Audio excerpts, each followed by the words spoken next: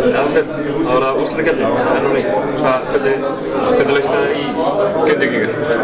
Bara mjög vel, þetta er ekki skemmtilegasti tími ársins og það var gaman síðast og vonandi bara að vera gaman í ár.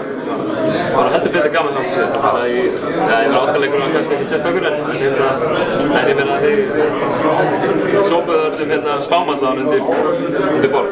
Já, og mér sýnir svona spáin í ári vera svipuð. Mér sýnir svona flesti búin að vera dæma okkur út. Þannig að það er eiginlega bara hvetjandi og ég held að það leggist bara vel í alla og við svo sem viljum bara fílum það svo sem bara setja sokk upp í menn. Fáðu þið Tindastól, bikarmeistarana og þeir eru með hörkulið? Hörkulið, mjög bara vel mannað lið frá fyrsta manni til síðasta og vel þjálfaði lið og þetta verður verðugt verkefni og við höfum fullt að trú því. Hvað þurfa að gera til að klára það?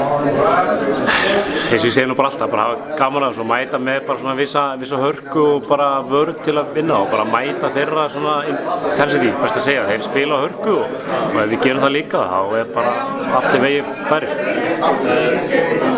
Einn erfiðast í útivöllum landsins sem byrjaði á núna bara seinna í vikunni.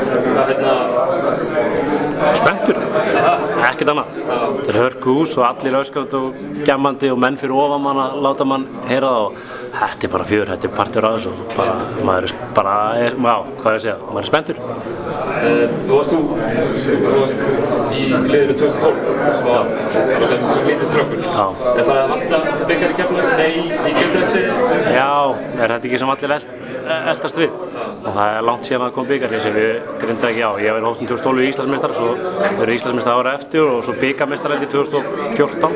Þá er ég reyndar ekki í liðinu, en það er orðið svolítið langt síðan og við vorum næstu komið byggar í fyrra og nú er bara að mæta með hann heim í ár.